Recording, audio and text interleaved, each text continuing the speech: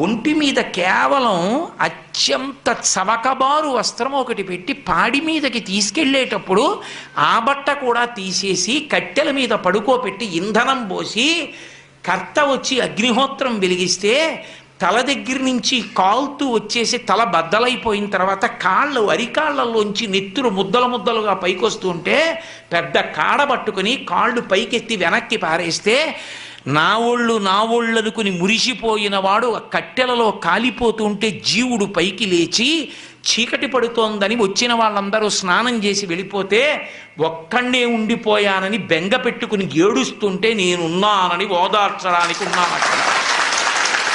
నేను లేకపోతే చచ్చినవాడు చస్తాడు పార్వతి అందుకున్నానన్నాడు. అది ఆయన ఔదార్యం. చేతకాక అక్కడ ఉండలేదు. అన్నవాడిని ఓదార్చకుండా ఉంటే తెలిసి వస్తుంది వాడికప్పుడు శివుడు శ్మశానవాసని విమర్శించడం ఏమిటో కాదు. అసలు